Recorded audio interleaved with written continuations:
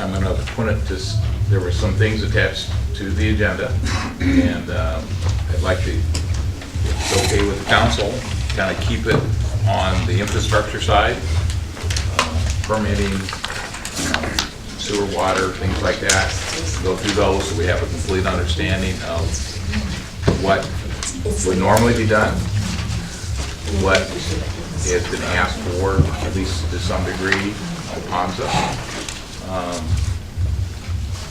And specific, at least to this, for this discussion, the site has been on the table. So is that agreeable with council? Okay. So Greg, Greg or Mark, you want to go through kind of some of the things that you presented, gave to council, please? So just starting off with infrastructure and transportation needs, we did, I guess just for transparency, we did have a pre-sub with the Ponza group that we would normally do before a major project of this sort. And went through what is actually in the code for requirements, like I said, of a project of this extent and this model, and for water needs. The code requirements were for, I sent you the language within the water code, which requires an individual service for each residential unit. There is a provision within that for all multi-dwelling units with 3 or more residential dwelling units shall require a master meter. So it really falls on whether we are going to determine that these are multi-dwelling units that are under one ownership. That can be approved by what is in the language right now by the city engineer. We did go through a standards update that would change that to the public works director. So under my approval, we certainly could move to a master meter for a unit of this sort that was under one ownership. We have had quite a few inquiries of how is this different than a development of right across the street, Christmas Village. And to just clarify that argument, at one time under the old code, the old section, what I'm calling the old section of Christmas Village, the first build out of Christmas Village, is set up with master meters. It has a private water main into the facility, and it has 6 master meters or source meters within that complex. That code has since changed.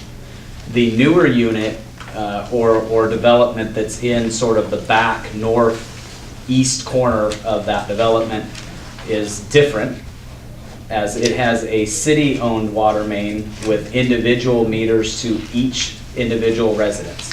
So under the old code, certainly allowed. Under the new code, was not allowed and was built out to a different standard. So same development, 2 different standards, and for whatever reason that was changed recently in the past to require a city-owned main to individual meters. So little clarification there. Sewer does not allow for within the existing code, and the way that sewer actually reads within the development is development of a multi-family residential building, 3 or more units. The commercial complex shall have a single side sewer or lateral installed per separate building or ownership, is the way that it actually reads. What number is that, Greg? What number? The code is, it's chapter 5 of the city code. It is not within your packet, I don't believe. We did reference it in. You said it was in an email. It was in an email that we actually sent all of the council members and referenced that code. But that is the way the sewer code, there is no provision to alter that each dwelling unit would have an individual side service. So right now, under the code, what would happen is they would have a main going into the facility, which would be a privately owned main from wherever the nearest manhole is or line main that they would tie into. That would require an individual manhole that then would extend a water main into the facility with individual laterals off of that main. For storm drainage, they would need to meet the 2005 manual. It is pretty straightforward as far as on-site retention and treatment of that facility for the square footage of impervious surface. Frontage improvements, with it being residential and already having fairly adequate frontage. They do not have sidewalks, but they do have an asphalt pathway that, as far as public works goes, we cannot see changing. They've got a drainage swale in front of the proposed site that we would not recommend changing the asphalt pathway and putting in a concrete sidewalk that would then not match up with the existing facilities that are out there. There is no avenue that we could require additional lighting or anything of that sort for frontage. Certainly, Mark is going to touch on what is considered frontage improvements. Certainly is a different, has a different meaning for Mark and the planning side of things outside of public works. And as far as transportation goes, the traffic impact fee that you see, we would typically charge per dwelling unit. That traffic impact fee is $37.35. 71 comes out to a total of just over 112,000 for each individual unit, and then you've got the common building that we deem to be general office space. It's a much lower rate than what you would have on a dwelling unit. Comes out to be, it's by the square foot. The common building that we saw in the pre-sub was 2,160 square feet. Came out to a total of 11,000, just short of $12,000, 11,901.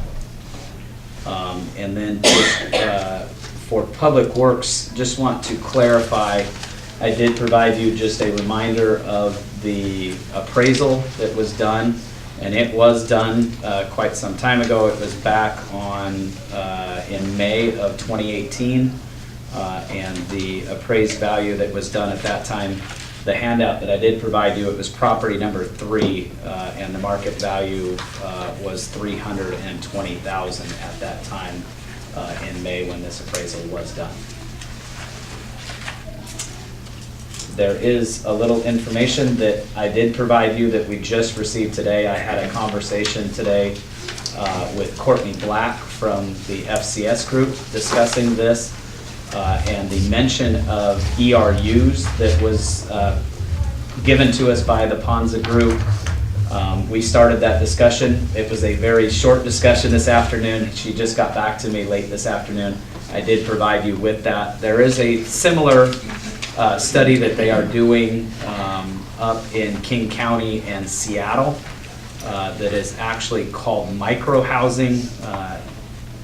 I provided you with that email that Courtney did send back.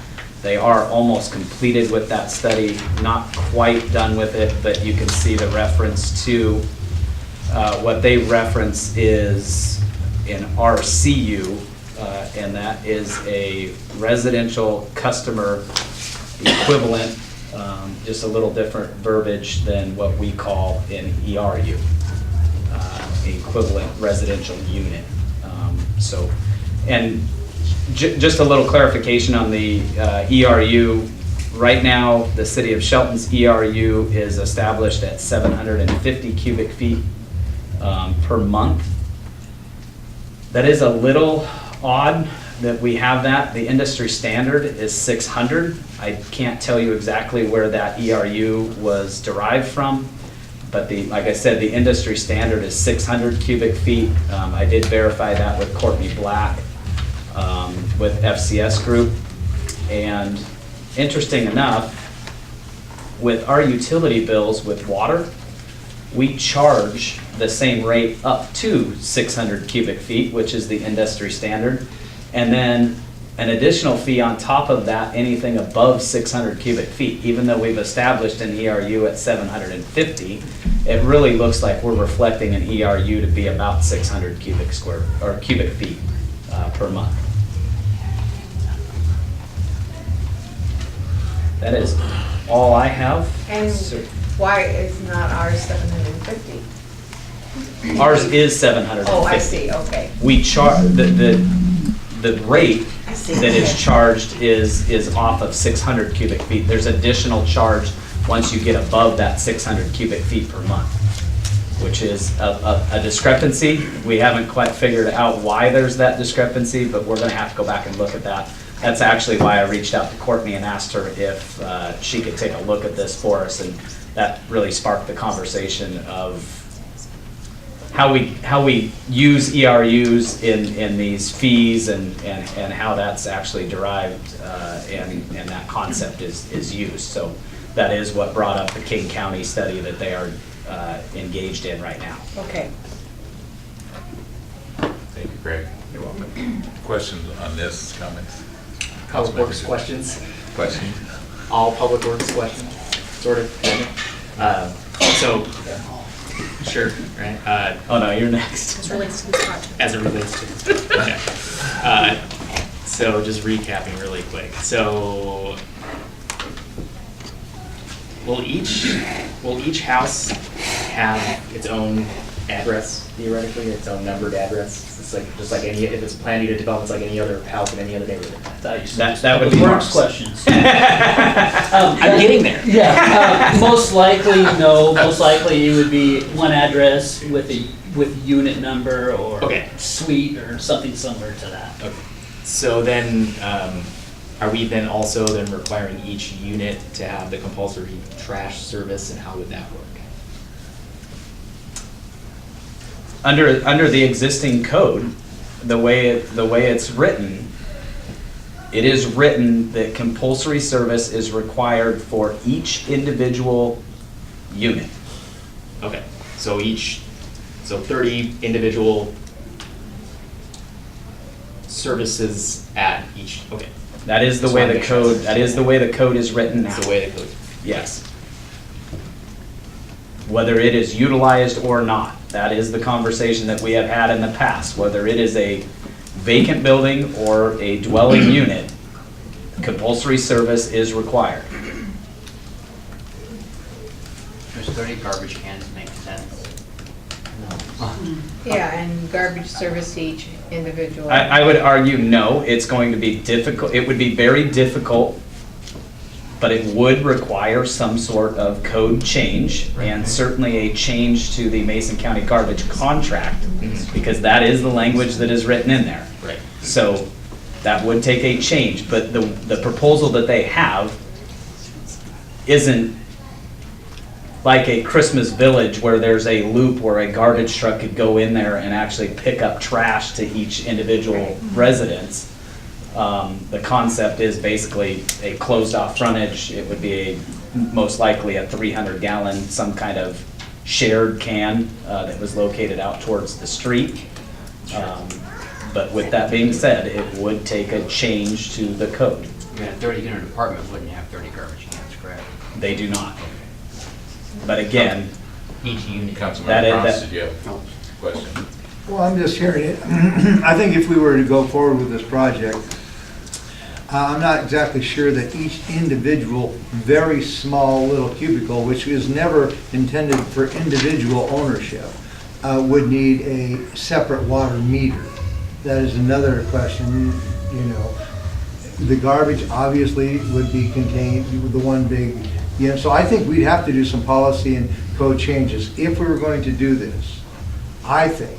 And I also feel that it would, it's something, I wrote on here, this is new because we've never ever quite do it. It doesn't really fall into like a mobile home park, because a mobile home park, can have a 4-bedroom unit, that people can buy that unit and whatnot. It's kind of like an apartment building. And I know that apartment buildings do have individual water meters for each unit, but I'd be open to look at not individual meters or individual garbage containers, or, so that would be what I would be looking into. I don't know. So a little clarification, water does allow for a source or master meter within the code, so you would not need a code change for water. It is allowed by approval by the Public Works Director that they could have a source meter as long as it's under one ownership. The code change would come with sewer and garbage. And I wouldn't think individual sewer bills to each unit that's not owned by somebody other than the mothership there, I would think that a code change would be warranted if we were going to do this.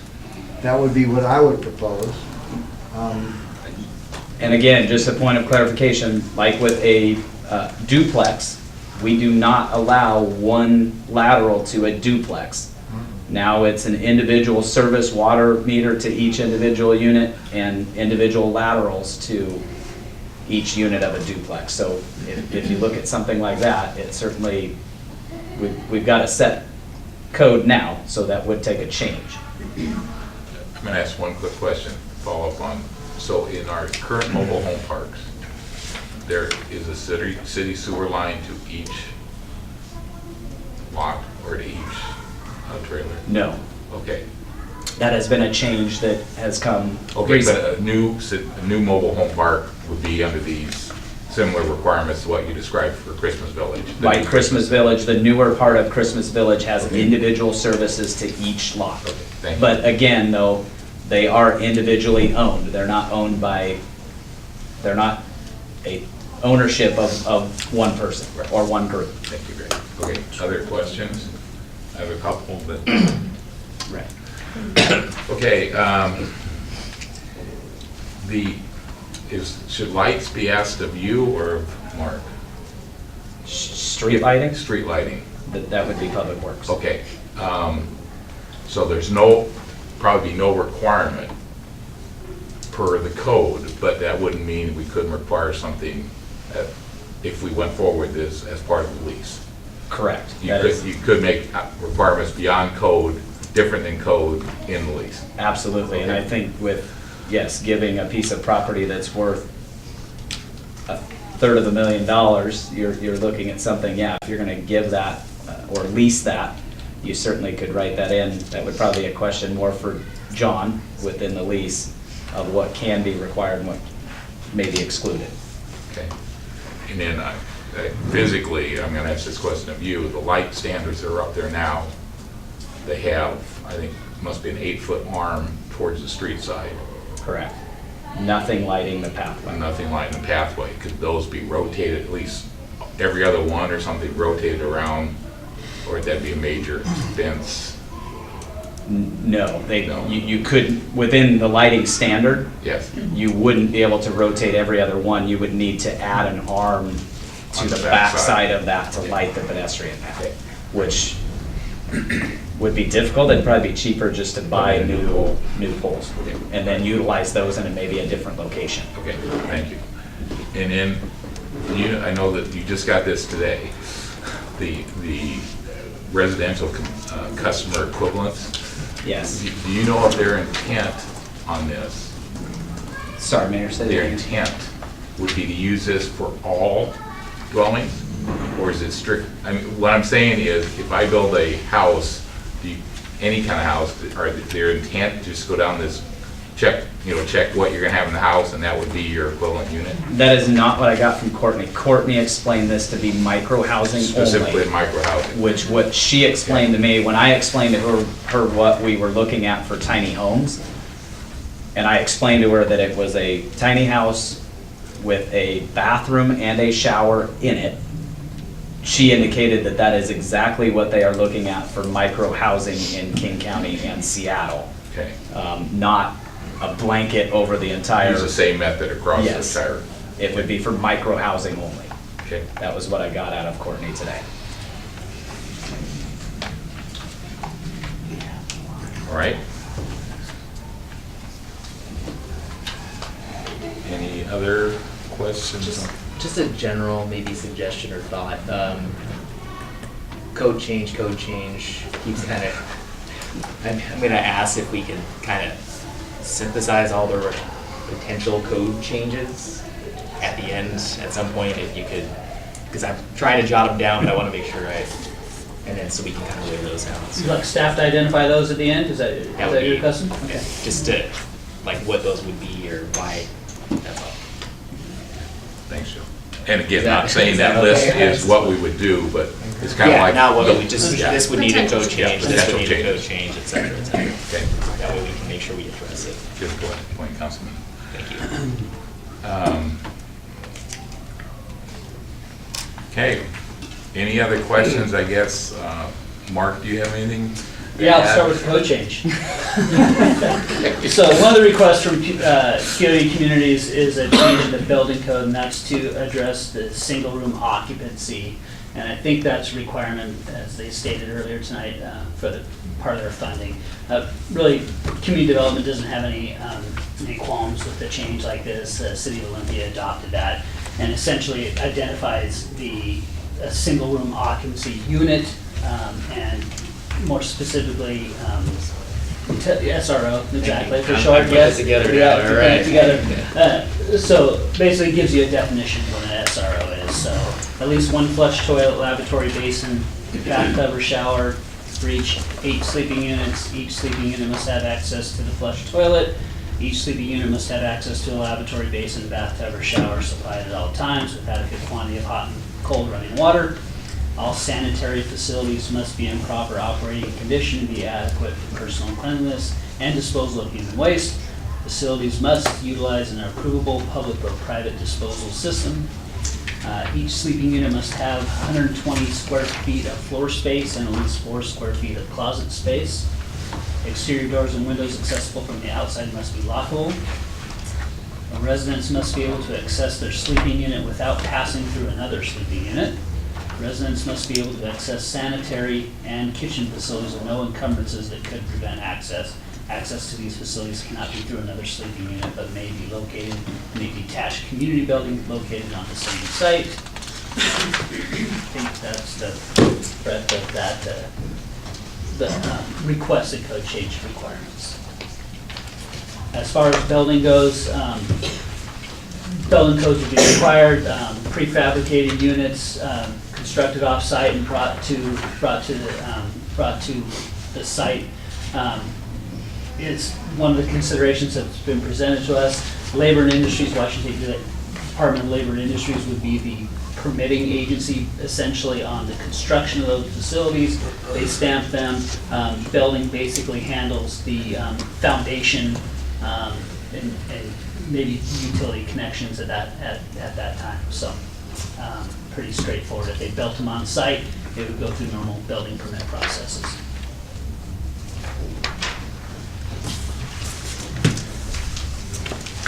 Good? Question? Sorry. Coyote Village, correct me if I'm wrong, did you guys have to have sprinkler systems in each unit, fire suppression? Yes. Do we address that, or do we need to address fire code? I didn't see any fire related. Yeah, I didn't receive the pre-sub comments from the fire marshal Okay. to include in your packet. I'm not sure that that's the case, Okay. but I will seek that out certainly.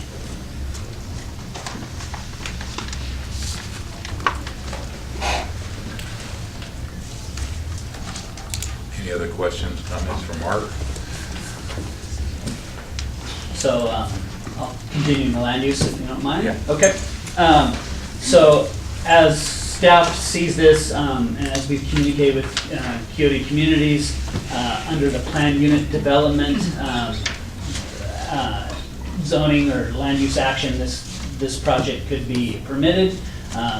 Planned unit development could occur within the underlying neighborhood residential zoning that this property is on now, when the property is at least 1 acre in size, and that's kind of the bottom criteria for a planned unit development, needs to be on 1 acre or more. And essentially what a plan unit development looks for is, well, it provides some flexibility to the applicant based on maybe topography or other issues with the land that maybe a typical subdivision might not provide to the applicant. But it does require a quote-unquote superior product. We look for something that is above and beyond normal subdivision. PUDs can also address kind of unique housing strategies. I'll read a little bit from the code so I don't get it wrong. To encourage a variety of housing types, sizes, and densities, to accommodate changing market conditions and community desires, provide a mechanism where the city can address special consideration regarding the manner in which development occurs, and to promote projects of significantly higher quality than would be achieved through conventional design practice and standards. So that goes through site plan review. City staff would consider a plan unit development as proposed from the applicant and really look for a superior product. So that might be architecture, it might be varying looks, design of the facilities, might be different window patterns, maybe grids, some without, different paint colors, different sidings, maybe different roof lines. Things like that would be proposed by the applicant.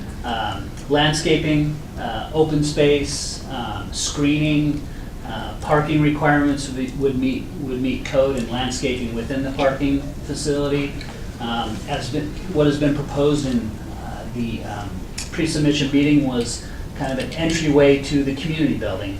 And as you've seen over at Quixote in Olympia, that you kind of enter the community building, that's kind of the front of the facility, of the community. And so that would really be probably scrutinized a little more than anything else, because that would be the face within the community and within the street frontage on North 13th. So we'd really want to see something that would distinguish that facility, make it, kind of the formal entry, if formal might not be the right word, but maybe the entry to the community that would welcome and encourage and set a tone for the facility and the community there. So you're kind of thinking that the main building, the front would face 13th Street?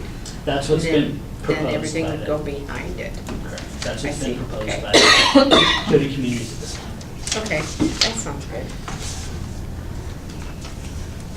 As Craig mentioned before, I'm not sure, in the letter from Mike earlier, we talked about frontage improvements, and how that was basically pedestrian, that pedestrian path, and what our frontage improvements require per Public Works Code, which is, whether it's curb, gutter, sidewalk, and whatever street improvements, whereas frontage improvements might be seen as something different from the planning side of things, so that might be landscaping, might be screening.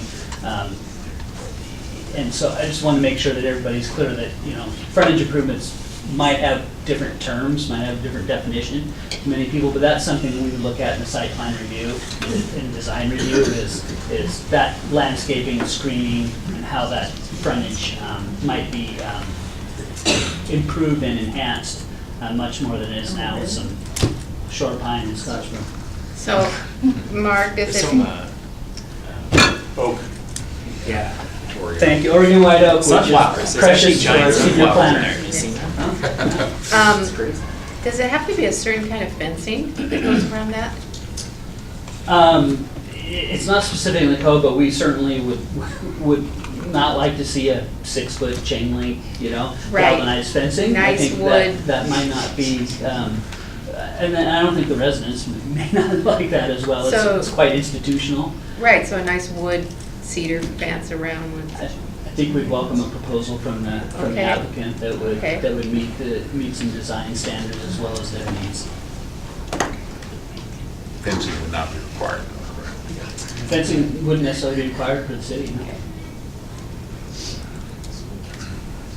Mine blew over the other night, so I'll let you know. It was a nice cedar fence. Anything else? That you got No, more we can on? address maintenance within the lease agreement as well. Questions, comments for Mark? but obviously the community the fencing is very important for the community. Yes. Okay. But the city is For their not, own security, sorry. city is not requiring a certain type, it's just, that will come down as the plans go on. Okay, very good. Our code does not require fencing. Correct. The lease could, I assume, Yeah. potentially. John? I mean, the lease can require whatever you want, as long as it's not illegal. Yeah. Mayor, if I may, when you get done with Mark, I've got a couple of follow-up things that I kind of skipped over that I would like to I might address. answer some of the questions I have for you. No discussion on Shelton Springs. Would we require any improvements along Shelton Springs? Shelton City? Oh, Shelton Springs Road. That is one thing that I kind of skipped over, that I Okay, would like to so- address I'll also. let Craig address that. Okay. So that does bring up one thing that I did skip over for frontage improvements that would, if we decided to alter them, would need a code change. The property does extend to Shelton Springs Road, which would require at least like-kind improvements out there, which would mean a pathway, likely some lighting on that side of the street, if the property extends to Shelton Springs Road that Hansa is requesting. Right. The legal description that's in the lease does not. We go to the center line of Shelton Creek, so it doesn't go all the way to Shelton Springs Road, but that's for you guys to figure out.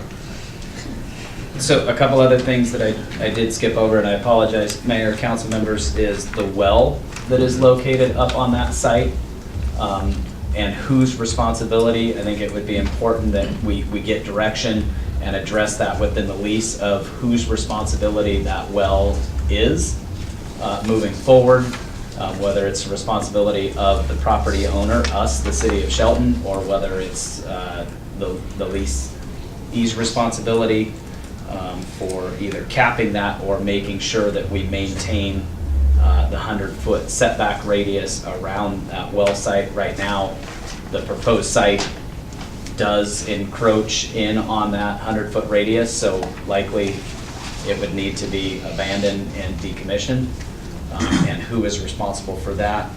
Also, what we have talked about with the pit run pile that is up on that location that's been a source of discussion, and a fill and grade permit would be required.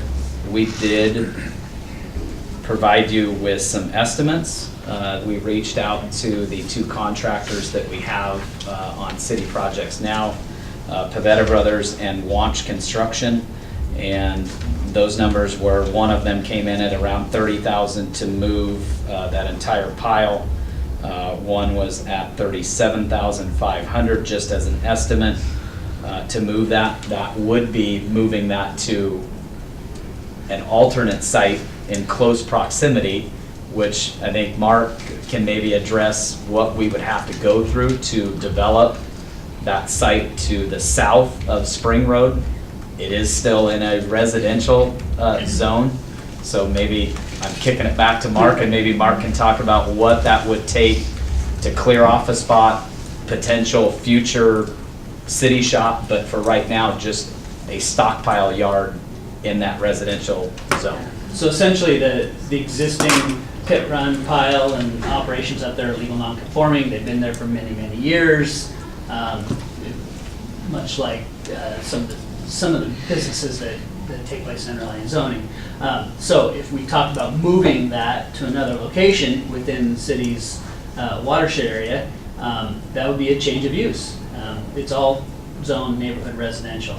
So we'd have to go through, and it's considered for probably warehousing or storage or something like that. So we wouldn't necessarily recommend that mini storages open up in neighborhood residential areas, or this type of commercial storage of construction materials take place in neighborhood residential areas. So with the underlying zoning across Spring Road, we'd have to either rezone or go through a type of special use permit or some type of legislative action to to allow for that use in another location. Does- On the watershed. Does bring up a very interesting thought also for the council, is we have talked to the folks with economic development and Andy Arnez also. Mark and I both had this discussion of trying to identify properties. That was one of the potential properties that we did identify, looking at potential, at least exposure frontage to Wallace Nealon. There was a concept of punching basically a road from across from the junior high. You've got that access road right now that goes to nowhere. There was a concept of punching that road through to the new proposed Public Works stockpile yard as a future commercial site that maybe some businesses could be located on that would have at least be seen from Wallace Nealon with our limited space at this point. So it is something else, I guess, just to keep in the back of your mind that that discussion started as far as economic development goes and moving forward with that plan and trying to identify properties that could be used for some sort of commercial site.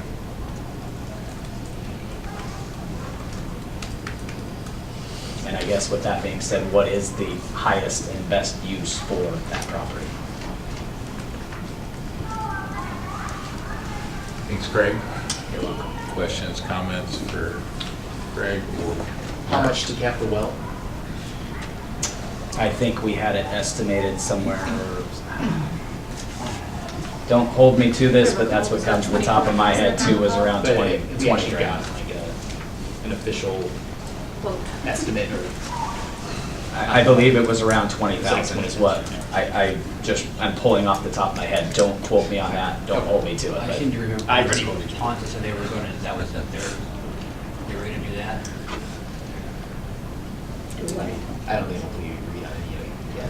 Yeah, I don't think we About And- whose responsibility, who would bear that cost? I'm just going back to synthesizing all the code changes, tallying up the total. That was one I had also. Okay, yeah, it would be good to kind of, and to confirm, the movement of the construction, or the quarry material, aggregate material up there, city crews wouldn't do that, we would contract that? Well, we did give you an estimate for city staff to do it. It would be, we just do not have the equipment to Okay. move something like that. Sure. With a construction outfit like Wanch or That's already Pavetta, more they or have less trucks that accurate. can haul 30, 40 yards at a time. Oh, okay. We have 2 10-yard trucks and 2 5-yard trucks. We gave you an estimate for city staff to do it. It would be 3 to 4 weeks for us to complete that move, and somewhere in the neighborhood of about $85,000 for us to do that, as opposed to having a contractor go in and do it for about a third of that. It's confirming that it was not more cost effective. No, definitely is not. We just do not have the equipment to do it effectively and efficiently. Councilmember Nisco. Do these bids include the big mound, the mountain over there? That is the mound. That's the mound, and then what about all of the rocks and blacktop around the side? And there's actually wood up there as well. That is a completely different discussion of who's moving that. We've talked about the big main bank run pile that we've got up there, the pit run pile. It's estimated to be about 5,000 square yards, or cubic yards, excuse me. As far as the other things that are up there, obviously we would need to move those someplace. We haven't identified where that would go at this Is that point. just dirt, just fill? It's, That big, the mountain? it's fill that we use, it's construction material. We use it for subgrade material on So the you roads need- and They absolutely. couldn't just lay it out then? No, we would go out to Miles Sand and Gravel and purchase the same Okay. for somewhere in the neighborhood of about $6 a cubic yard. So Craig, I want to clarify something. The estimate from the contractors is for moving what I'm calling the historical spoils pile. Yes, only. It is, okay, only. Does not include the current piles of concrete and that kind of stuff. Correct. Okay. No, it is just for the 5,000 cubic yards that we have estimated for basically the mound Yeah. out in the middle. Historical mound. Yes. Which is about $30,000 in city assets, essentially, as you move to finished property. Correct. And then one, okay, I guess two questions. One, long-term, without this project, would we move forward on abandoning that well, subject to not doing it just because we wouldn't want to spend the money, or is there any other reasons that we would not want to abandon that one? Other than spending the money and the cost to abandon that well, no, there would be no other reason. It's not something that we're going to use in the future. That has not been proposed. It is a well that has not functioned since it was drilled. Okay. And then, again, with the stockpiles material, if we had not thought of the other parcel being potentially a shop area, would we move, if we had to move that stuff, would there be a better site that we would move it to? If you kind of disregard proximity, potential future use, that site would be another site that you would say would be better? I can't think of another site right off the hand, especially city-owned site. It's on the north end of town. There's been a lot of growth in the north end. It gives us access and easy access to it. I can't think of another site right off the top of my head that, especially is city-owned, that would have that kind of land that we could establish that on. Thanks. Other questions for Mark or Greg? I actually have a question about the well, Craig. If we didn't cap the well, would they be able to run the project with the well on the property? They could if you moved what we're calling the historical pile. If they move that, right now the way it's configured and the way they've got it laid out, they can't fit it between the well setback radius and the spoils pile that's there now. And is the well setback radius in the code essentially? It's set by Department of Health. All right. Yes. So if we move the spoils pile, then that setback would be available? Technically, they could get out of that. Shift the whole development. That radius, further yeah. north. Correct. Well, I'm just thinking for lease purposes, the reason I ask is because if I'm understanding you correctly, if we don't address the well in the lease and we lease them this property, then they'll essentially have to comply with the setback. Correct. Or choose to cap it on their own. The lease would allow them to choose to cap it on their own. So if we essentially just didn't address the well at all and just leased them the property, then it would sort of give them the option of either complying with the setback or expending the cost to cap the well. That's how I'm looking at it from a lease perspective. I think you would certainly have to address who's bearing that expense, because it still would be our property. We're just leasing it. So if they encroached into that radius, certainly we would have to cap it and have that expense. I mean, do we normally bear the cost for capping wells? If they're city-owned, yes, absolutely. What wells were capped? We haven't. I'm just saying, Oh, if this okay. were a city-owned well, it would be like if we abandoned well 1 when we thought that it wasn't working properly. That would certainly be on the city of Shelton. Right, too. right. We wouldn't go onto private property and cap an exempt well, but certainly if it's city-owned, absolutely. Right. So, again, I just want to clarify something I think I understand. The current layout does not need the historical spoils pile moved. Is that correct? It's just out, yeah. Yeah, No, it fits within. With some encroachment on the well. Yes, correct. Okay. That is correct. But I can't imagine that we would want to leave $30,000 in city assets and an eyesore in the middle of planned unit I development. understand that. I just wanted to clarify that fact. Well, we do have a little bit of risk with that as well. Absolutely. By leaving the pile, Yeah, Liability. I understand. currently leaving the pile on the surplus property. So, And I think we did address that, maybe John could speak to that. I think we did address Any of the environmental concerns needed to be vetted by, we did it with YMCA within that lease agreement, so Yeah. at least limiting that liability, we could certainly do within the lease if we are proposing to leave that city asset there. I believe we did address that with the YMCA lease. Yeah, I'm not sure if we have the same language in this lease, but I think that's because my understanding is that we had discussed that it would be better for the city if we moved it, because it would just, for the city's purposes, it would make more sense to not have this pile sort of coexisting next to the project. So if we decided not to move it, then that's something that we want to revisit. You would have to check the environmental part of it if you left it. I think And then with the lease cost would of need to that, address that. That would be a big expense. Really, the lease should address it no matter what. There are some piles up there of, I mean, there's some recycled asphalt that's stockpiled up in that area. There's recycled concrete, so I think we would definitely want that in the lease, much like the YMCA lease.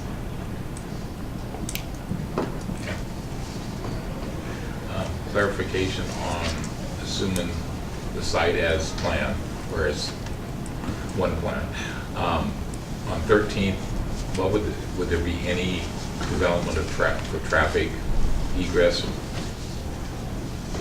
egress, be a turning lane or nothing, just a driveway basically?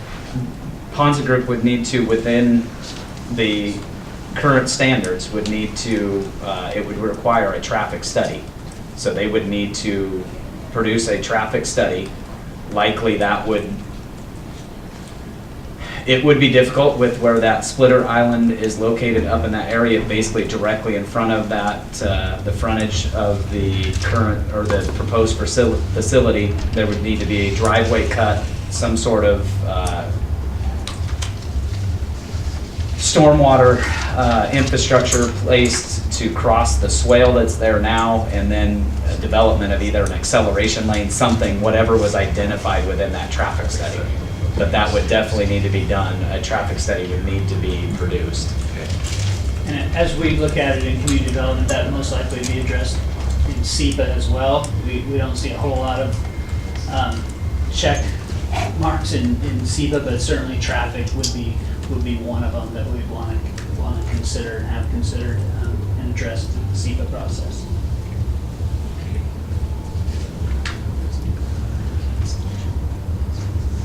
Anything else on code? Stormwater question, isn't there a retention pond in here as well, or maybe I'm thinking the next corner up or something? Shelton Creek runs through it. It's a seasonal creek that runs through there. It's not necessarily a retention, it's not used for storm. It's basically just a spring runoff. You've got it at the next intersection up at Wallace Neyland and Shelton Springs Road. You've got a couple of them up there, very large retention ponds. This would require on-site retention. So a gallery of some sort to infiltrate stormwater. Is there one in front of the college, a retention? There is. Yeah, so we've got that one. They would not be able to tie to that one though. That's sized for that development. Right. And they would not be able to discharge into the wetland that's Shelton Creek So now. we would be building a new one, right? Or They would need be- on-site retention. They would need to Okay. submit a stormwater plan of And that's how. what's said over at Ponds, over, you have a retention right in the middle. Yes, Two okay. of them? Three of Isn't them. there two of them or three? Three, okay, It's right. like Yeah, I knew that, okay. Fenced in. Yeah. Okay, anything else on physical buildings? And Maybe a question on the physical property. And this, I think, is a question for you, Mark. Please redirect me if I'm wrong. Absolutely. So the property as it stands right now, if the proposal is to use only a portion of that, I believe up to the center line, so it has been discussed, what does that look like from a process standpoint? And does that differ at all from if a private developer were to come in or some other model? Essentially, what I'm saying is I think it was $320,000 property and we're dividing it. I would imagine that would have significant impact on the value of the property, but also the remaining available land and what else might be able to go into that area. So you could maybe, Yeah, I'd have to look at the map specifically, but I have a pretty good idea. Because if you're talking about the center of essentially Shelton Creek, there's a 50-foot buffer on each side of that no matter what. So you're getting pretty close to Spring Road as it is. The developable property essentially on that side, on the west side of this parcel, for lack of a better term, there really isn't much more to do with that. I think you're talking more about the north, and then you're talking about in the BPA easement and the properties there, that there could be some areas that could be developable and utilized, but I think if you're talking about essentially from where the access road is now, if you're familiar with that off Spring Road, the gravel access road to the south, and from Shelton Creek to 13th, where the project location is being proposed, outside of that, I don't think you're losing a lot of developable area and marketable land because of your buffers and setbacks. If you were doing a short plat though, Mark, likely, if you were doing a short plat, normally you would go to Shelton Springs Road, not necessarily. You could utilize that for your open space requirements, and things like that to Shelton Springs, certainly. Yeah. And But you still have the 50-foot, you'll still have a 50-foot buffer on the, what we call the east side, I guess. Sure.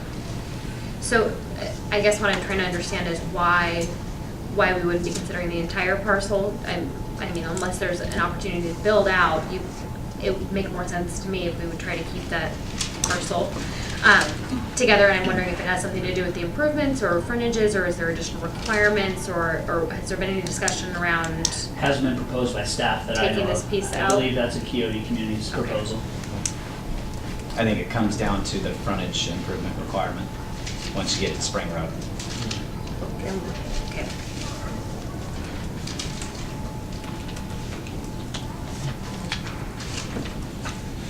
Other questions, comments, Lisa, on this? From a utilities question, and I'm just my studying on this, right? So, how do we interface with the other utilities, CNGC and UD3? How does that get played with this, or do we have to? Is that all on? I think it would be all on the needs of.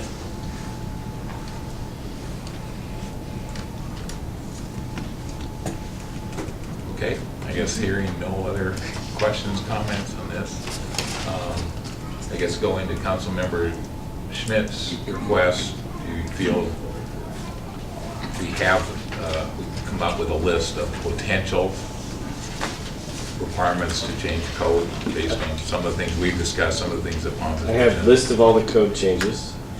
I have fire prevention measures or sprinklers the fire marshal was mentioned. Garbage service needs to be looked into. Those are the three big. Is there other ones that I need to? The SRO. Sewer's a big one.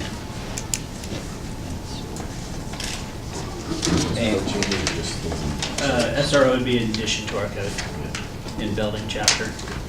Land use. Potentially land use and rezone, yeah.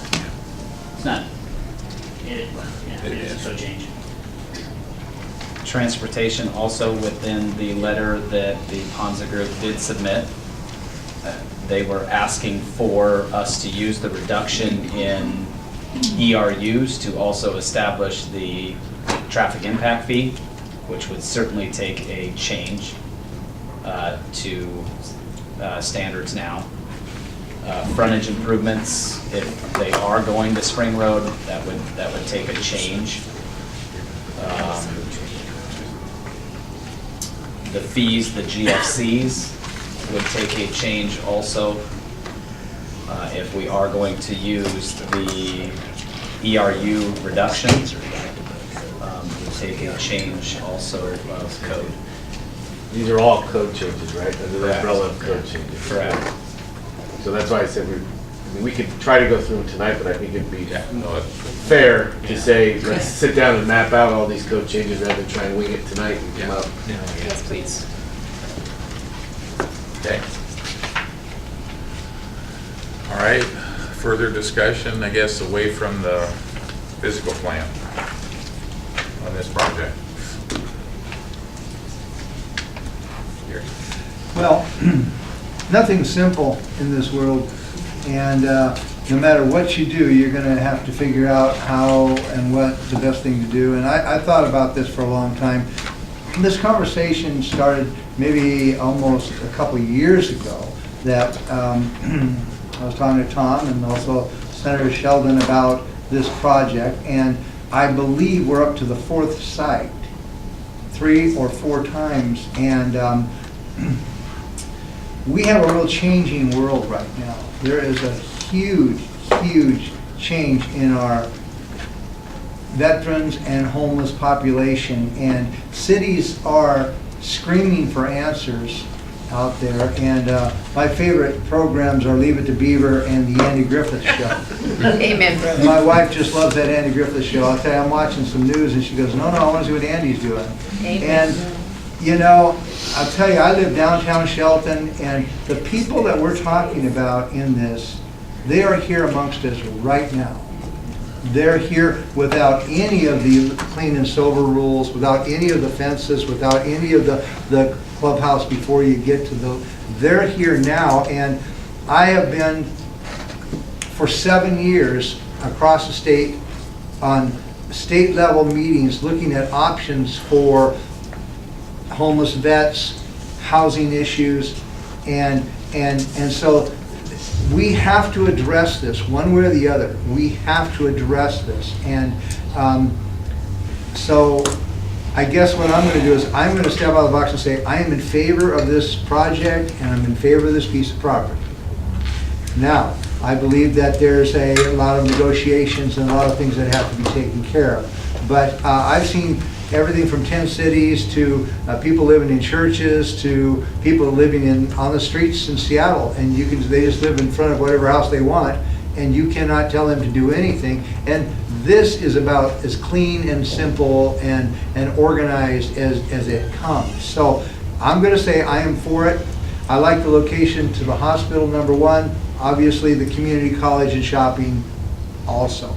As I say, I live right downtown Shelton. I have people all around me, even in my house, that are ex-felons and ex-recovered addicts and things like that, and that you cannot just exit them out of our lives. They're here, and it is our responsibility as a society to provide and work with the community and the people at large to provide housing some way, somehow. There are communities that would love a $3 million grant. There are communities that are paying for this. They're charging the taxpayers money to build these kind of situations in their community, and all of our taxes go up. A $3 million grant is something I definitely would not like to see to throw away. And that's not to discredit anybody's opinion on the subject. I have been against homeless shelters, tent cities, all kinds of things for 7 years, and I am convinced this is as safe of a situation as we could be asking for. So I would just say that personally, Christmas Village, I'm looking forward to living there with you. I'm probably going to be moving in and living there with some of my friends there, and I think there's plenty of distance between, and I really believe that this is not going to be any big deal as far as you know, it's not like a tent city. So I wish we could just snap our fingers and make everybody happy in the world, but I know that's not possible, and I know that I have been on both sides of this argument quite a bit most of my political career, but at this moment, analyzing everything that we've talked about, I would say that I would speak in favor of this property and favor of this project at this time. Anyone else? Just a brief Mayor. comment. I just wanted to thank the staff for pulling together some of this research and for what's been provided to us from the communities. I think that this is part of a larger conversation regarding innovative housing solutions and how we address those within our code, within our community. And so I think as we look at opportunities, not only for this specific set of population, but also as we continue to grow and look at innovative housing solutions, I really appreciate the research and information you're able to bring back to us that we can hopefully find some things that work moving forward, understanding that this will very much set the model not only for other tiny homes if this is to go through, but any tiny home, any planned unit development, and how that's going to sit within our city. So I really just want to say thank you to the staff for your attention to this and bearing with us as we educate ourselves on this topic as well.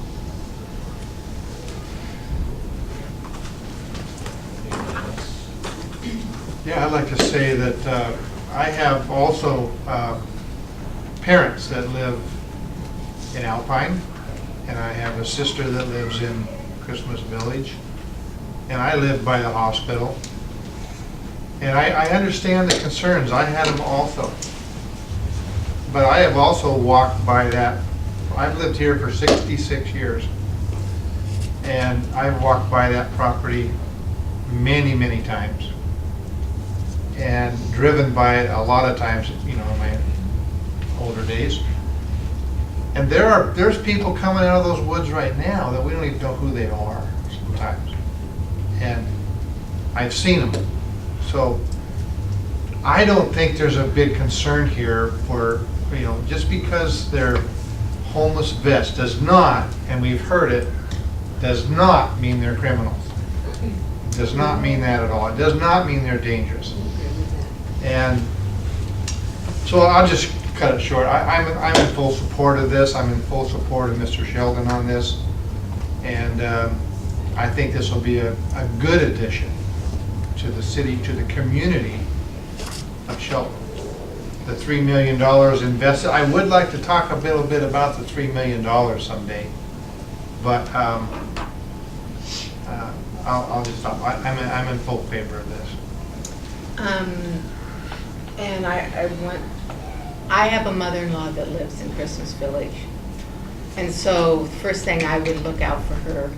I feel totally 100% safe in this community going across on that property. I am involved in the Lions Club, and I have come alongside the veterans in whatever we can do as a Lions Club to help the veterans. And this is one of the projects that we are full in favor of helping. So I am in full favor of this project, and thank you, Tim, very much for working hard for us. I appreciate it. Do you have anything else? I started. I'm good. I guess I'll add my comments. Couple things. One is I learned recently, due to police action about 3 doors down, that you just don't know your neighbors. So I appreciate that concern, but I live in a part of town that I thought I knew my neighbors, or we thought we knew them, and we apparently did not.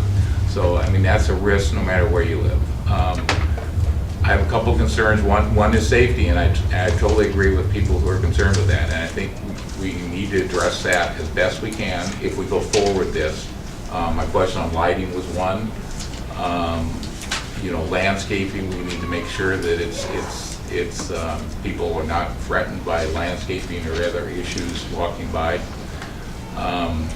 The other concern I have, and due respect to Senator Shelton, when he writes that it's fully funded, it's really not fully funded. The city of Shelton has donated the land. The city of Shelton has other costs that we are incurring besides the staff time doing all this work.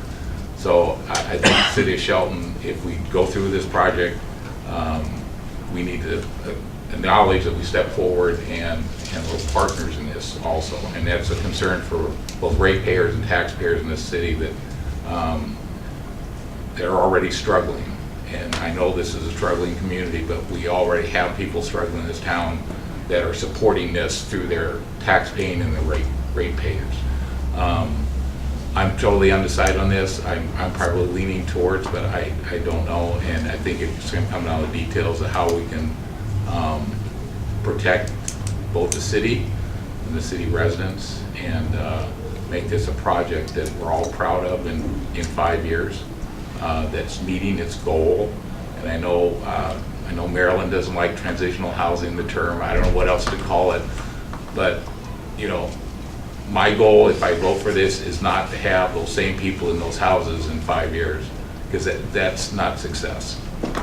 It may help them, but, you know, the success is hopefully a large majority of them, like been discussed, it's close to the community college, it's close to, it's gonna be on transit, so they have opportunities to do something different with their lives. And that was my hope, that this project will encourage that. So those are my comments. I have failed, Chief. Sorry, Chief. Sorry, I'm gonna raise a point here. Is it study session fall into the same as city council? If we're going past our 2 hours, we're coming up We quick. got 10 minutes left. Okay, I just wanted to make sure if this I is appreciate closing, that. we're good, but I would watch the clock. I failed to ask you about your discussions with law enforcement. Would you like to share a little bit on that? I talked to the chief of the Olympia Police Department, and I talked to the lieutenant, who is the community liaison and handles everything from the downtown tent cities to liaison with Coyote Village. Of the 911 calls, a very small proportion, or portion of those 911 calls were actual police calls. Sometimes 911 calls will get lumped in as emergency services calls, and when most of the 911 calls that you see here, a great portion of them are medical or other. There was a very small portion of police calls that actually came through to Coyote Village. That was a conversation I had surrounding that. I did meet with Coyote Village, went out and toured the place. You know, I can only tell you what I saw at the time, and it was a clean, well-run organization.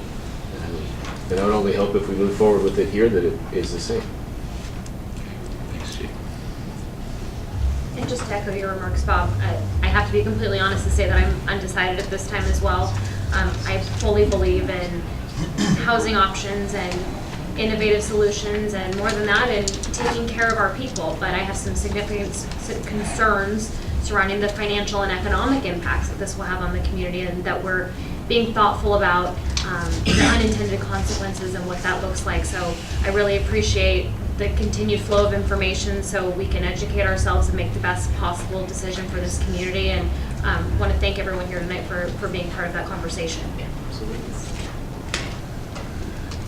Okay, subject to or time limit, do you want further discussion on some of the non-structural issues of this, meaning eligibility? Is that, or should we? Well, Mayor, I believe we should address that, at least that component of the lease agreement, because the first subcommittee meeting discussion we did have, there was a lot of discussion. I will say the majority of the discussion was centered around resident eligibility requirements. And we should probably just go ahead and extend the meeting. That's my recommendation. Okay. So I'll move to extend the meeting 60 minutes till 9 p.m. Second. Okay, all in favor? Aye. Great, extend the meeting. Give a buffer, chief, all right? Just a little bit.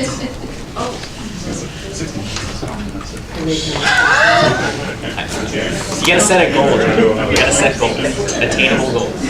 Okay, Go ahead. before we get started on this, are you looking at the current thing Lisa handed out? Or- Yeah, just a little bit of background on this. Okay. A little bit of background on this portion of it. We take like a 5-minute or 1-minute break. I move to recess the meeting for 5 minutes. Recess All right, five. so we'll come back in according to that clock at 7:56. 56.